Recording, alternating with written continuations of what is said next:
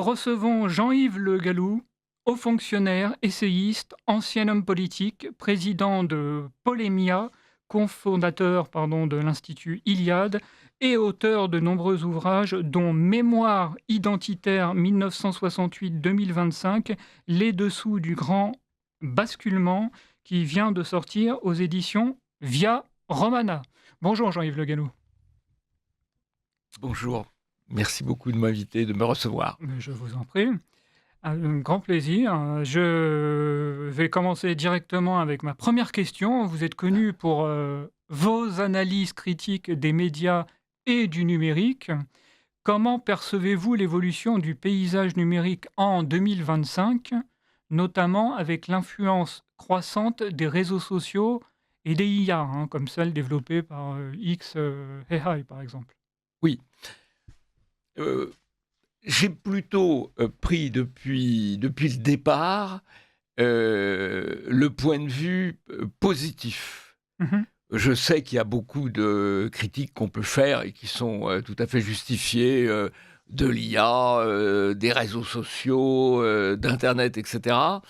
Mais pour ma part, depuis, je dirais, près de 30 ans, voire davantage, Mhm. j'ai toujours considéré que ces innovations devaient nous servir et servir le combat politique identitaire et le combat pour la liberté d'expression et la liberté d'information. D'accord. Par conséquent, euh, je vois le point de vue positif et je mets en avant le point de vue positif. Ce que j'ai fait d'ailleurs sur les ondes de cette radio il y a Exactement. maintenant plus de 20 ans, en faisant découvrir ce qui était une novation à l'époque, Internet à pas mal de gens, et en utilisant Internet pour créer le bulletin de réinformation en 2007, Mhm. puisque cela permettait d'accéder à une information facile,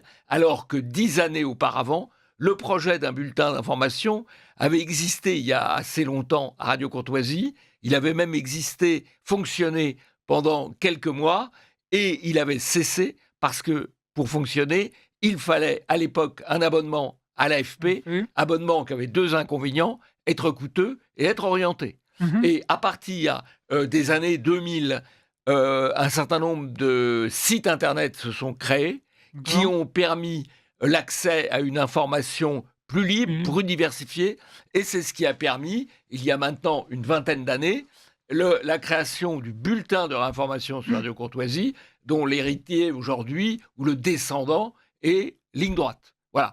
Et je dois dire que dans ma vie politique, puisque vous y avez fait allusion, Tout à fait. je considère que il y a un avant et un après Internet. Voilà. Pourquoi? Parce que avant, on était tributaire.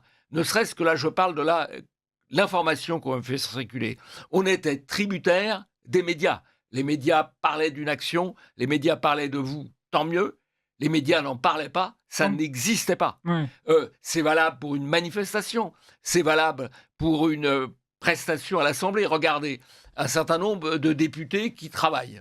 Euh, Ils filment leur intervention, ils font connaître le point de vue qu'ils ont défendu il y a 20 ans, tout simplement il y a 20 ans ou 25 ans.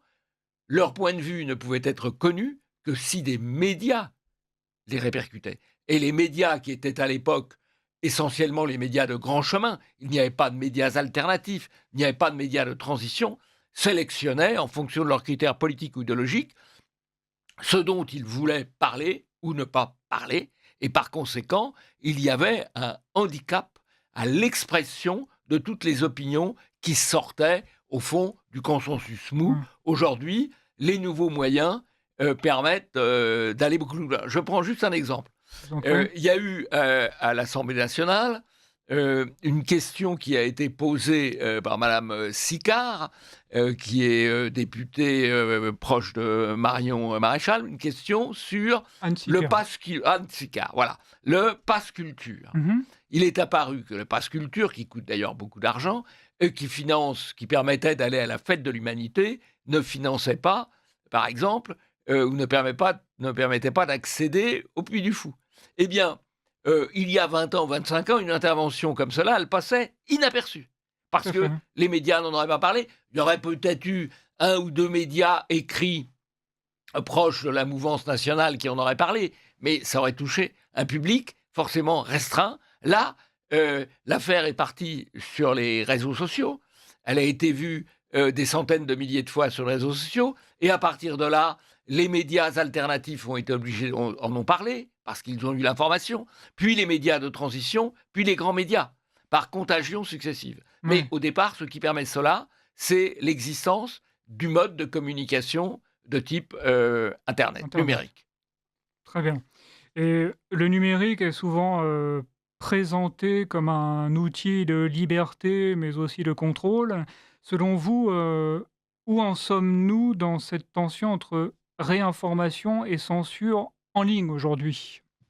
Alors, le Internet a été, très longtemps, un domaine de grande liberté. Mmh.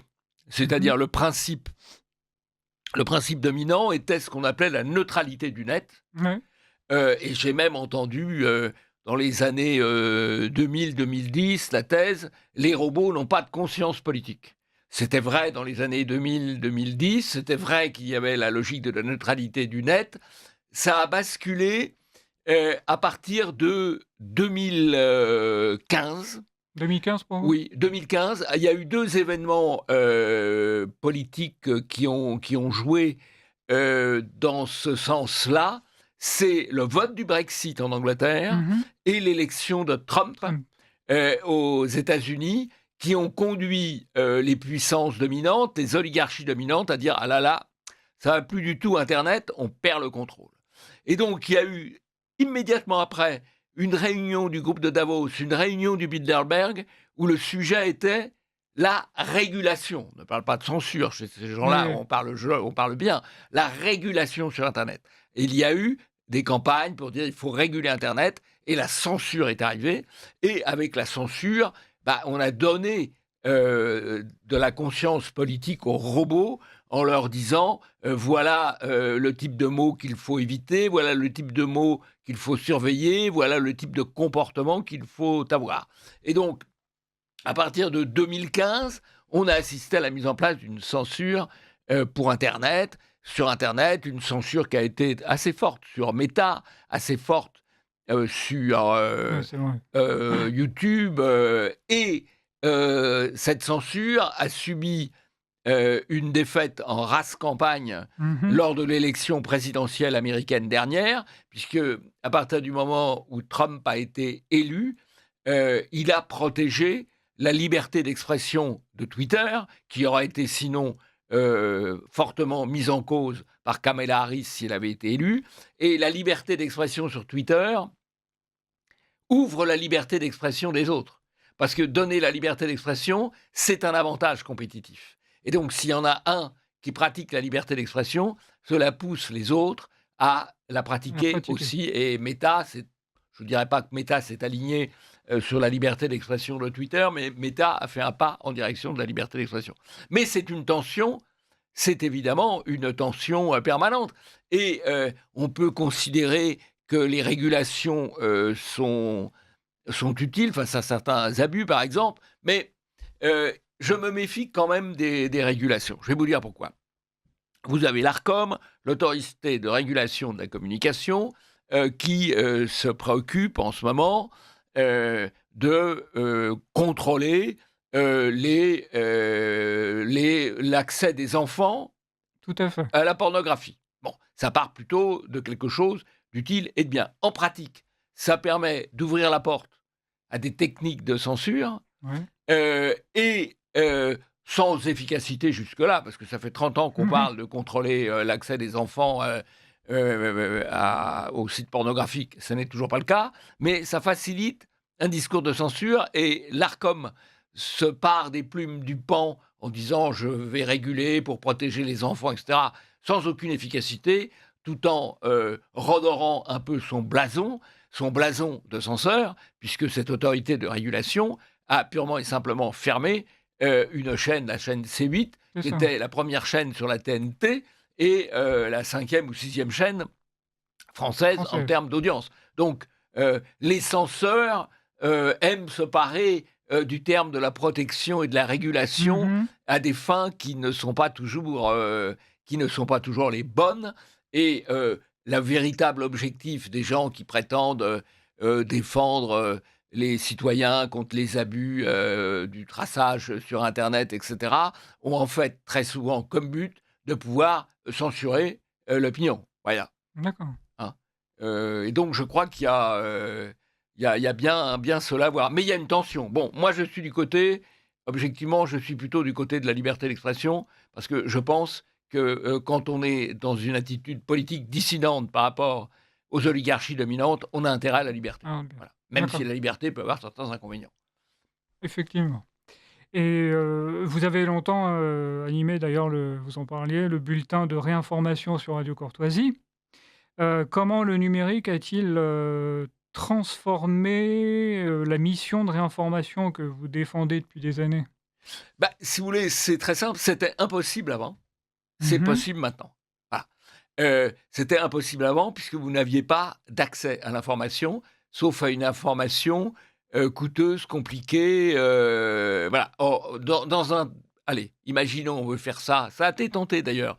Dans les années 90, il faut acheter tous les journaux, il faut dépouiller tous les journaux, il faut s'abonner à l'AFP, ça coûte cher, c'est une information biaisée. Oui. À partir, des années, 2000, il y a eu un certain nombre de sites de réinformation qui sont nés. Je pense à François de Souche, Ouais, côté, identité et immigration. Je Français de pense souche. aux Ouais. Français de souche, oui. Je pense au Salon Beige, Mmh. côté, réinformation, catholique et conservatrice. Il y a aussi des sites plus libéraux. Il y a un site de réflexion à l'époque qui était pour les miens. Il y a une agence de presse qui était Novo Press, Mmh. qui donnait de l'information, qui retraitait de l'information. Et à partir de cela, on pouvait faire une information à la radio, une Information. réinformation à la radio, parce qu'il y avait les instruments faciles d'accès.